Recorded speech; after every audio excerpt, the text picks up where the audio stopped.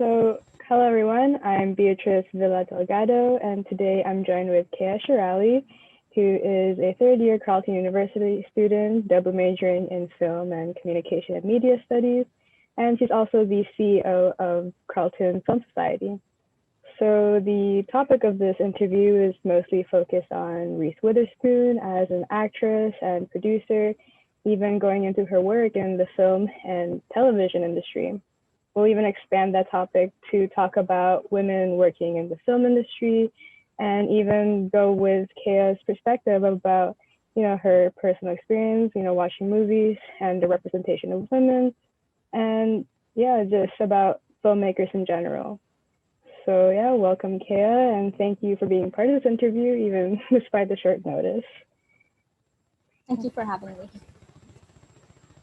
So we'll get into with the first question, which is just about what do you know about Reese Witherspoon? Just anything about as an actress or producer, or anything you know about her work in the film industry? So I am familiar with some of her. I'll let you know what films I am familiar with the most. So I've watched Legally Blonde, I've watched Wild, I've watched Sweet Home Alabama. I've watched Veer, and the thing is, she is this 90s and early 2000s icon, right? People know her for a lot of those films, but I also recently watched Little Fires Everywhere with Kerry Washington on Prime Video, and that was actually her foray into television as well, and she produced that too. So yeah, that's my range with Reese Witherspoon. And what aspects have you noticed, like with Witherspoon's acting or like her film style, that stood out to you the most that from these films or television shows? Was there anything that stood out to you?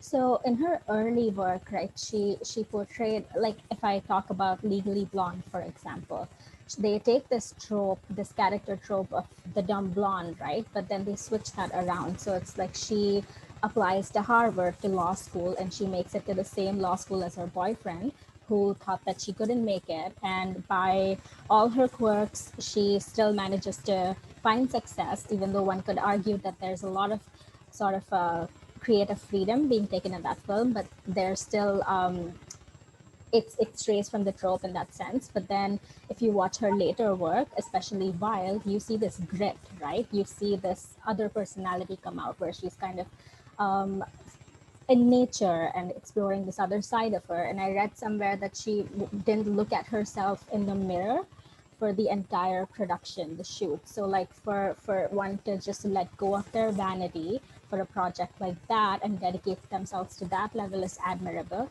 And then if you watch Little Fires Everywhere, that's just a different angle. So she portrays this sort of suburban middle class white, rich sort of upper middle class white women who the show kind of explores microaggressions that we see in racism and classism and things like that. And the way she kind of portrays those nuances, it's just brilliant. It shows that over her career, she's managed to kind of develop this range and versatility, which I think is rare. So. Oh, that's great. Yeah, I didn't even know about like her how she prepared for the Wild role, just not looking in the mirror. That's something new to me. And also with her as an actress, she's also known to be a producer and having her own production company called Hello Sunshine, which she's able to create these films and TV shows. And so I was wondering, what are your thoughts about her transition from being an actress to actually like making these roles for women to have like these complex stories being told? So what is your opinion about her shifts in her films that she's produced?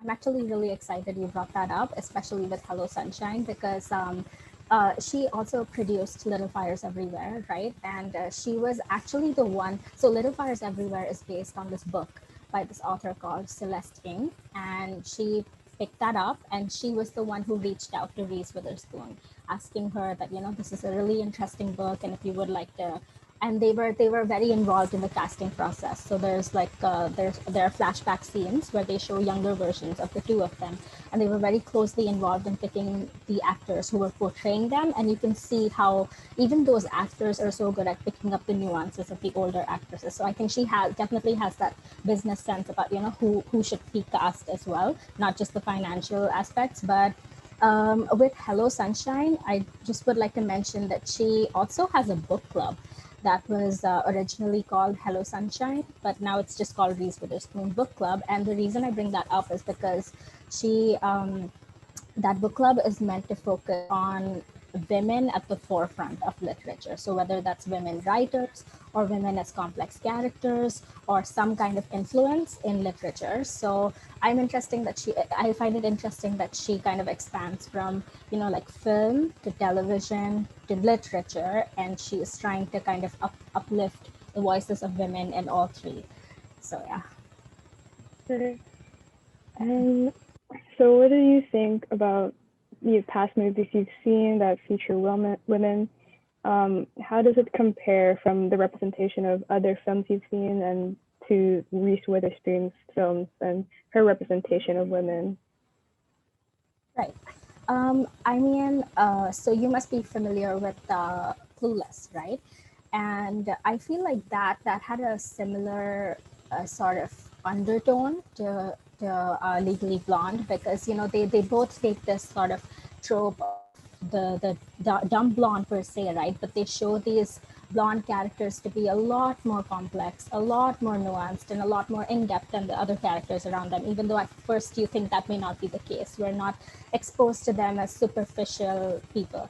And I think that's one way that it's similar, but another way that it's different, and I don't blame her, because I know a lot of like 90s and early 2000s films, they kind of went along with the classic narrative structure. But like if you think about films like Lady Bird or Little Women, both of which were written and directed by Greta Gerwig, and I'm talking about the more recent Little Women.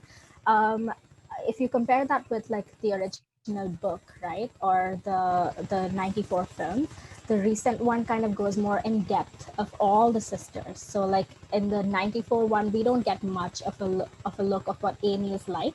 We just think she's kind of superficial, but in this film we see that she has a lot more depth than that. So yeah, I feel like maybe not so much her early work, right, but her later work, definitely it got to um, go in depth into what her true acting chops are like.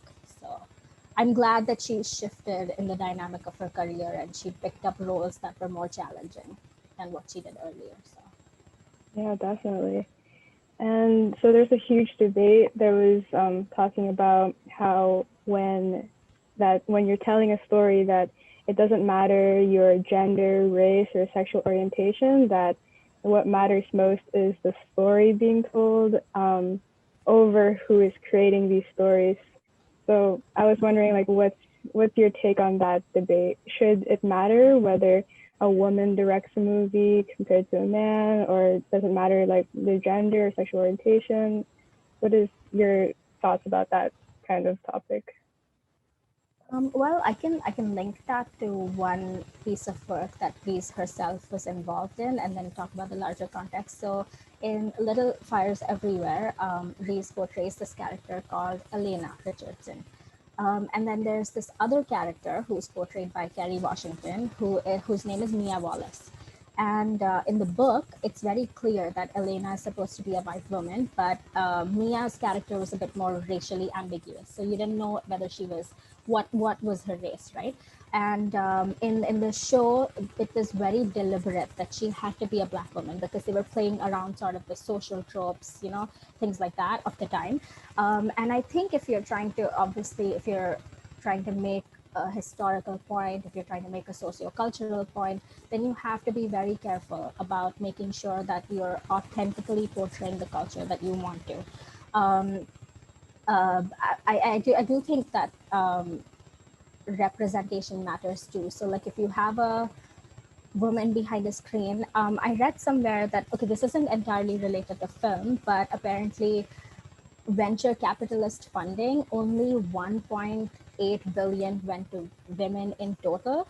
and 1.9 billion went to this one single company. So women in total were getting less than this one company got. So I know it isn't film, but I think it's pretty applicable to film, right? If you give women more funding, if you give them more platform, I think that's important, especially since I read about this, we learned about this in our history of film class.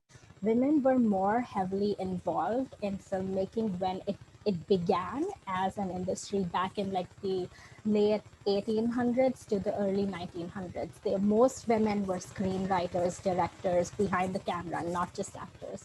And then they started bringing in these sort of like codes, right? These rules for cinema. Well, one of which was actually to not portray women as like in aggressive or powerful or sort of leading roles on screen. That was one of the rules in that code. So I think there's been a lot of cultural shift, but we're finally coming back to the point where women can take the forefront. And I think that applies to you have to be intersectional about it. So you're thinking about women, you're thinking about women of color, you're thinking about women within the whole like sexuality spectrum, you're thinking about women internationally from different countries. So yeah. And so I know that you're doing a screenwriting class, you're writing, and I've also heard that you would like to be a producer one day. Is that correct? Yeah. So what does that mean for you as like a screenwriter and aspiring producer to enter to probably like a male dominated field? Do you think that what is your feelings about that? I mean, if anything, it actually explains why I lean towards both and not just one, because I've always been interested in writing and creativity and conceptualization, right? But I came across moments where I found out the bitter truth that if you're just a screenwriter, you don't have much creative control in the industry, right? Like a director has the right to kind of make changes to your script. A producer has a right to do that. But as a screenwriter, you just turn in your work and you're done. You don't have a say to it.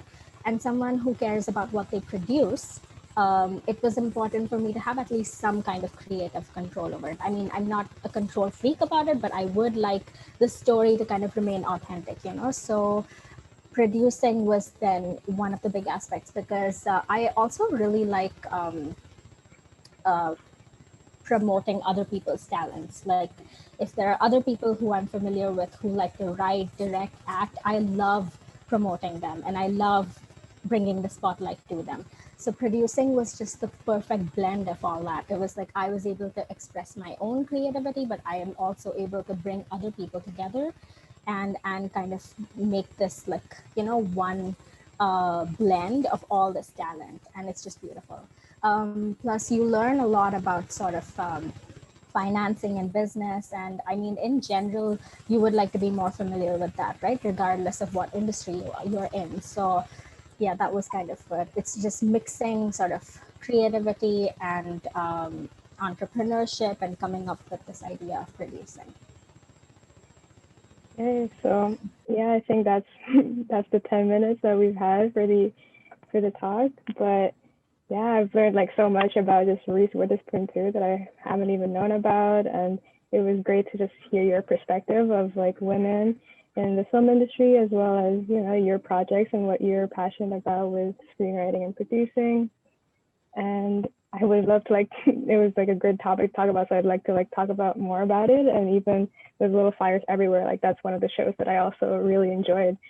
So thank you for taking the time to talk with me for this interview. Thank you so much for having me on. This was fun.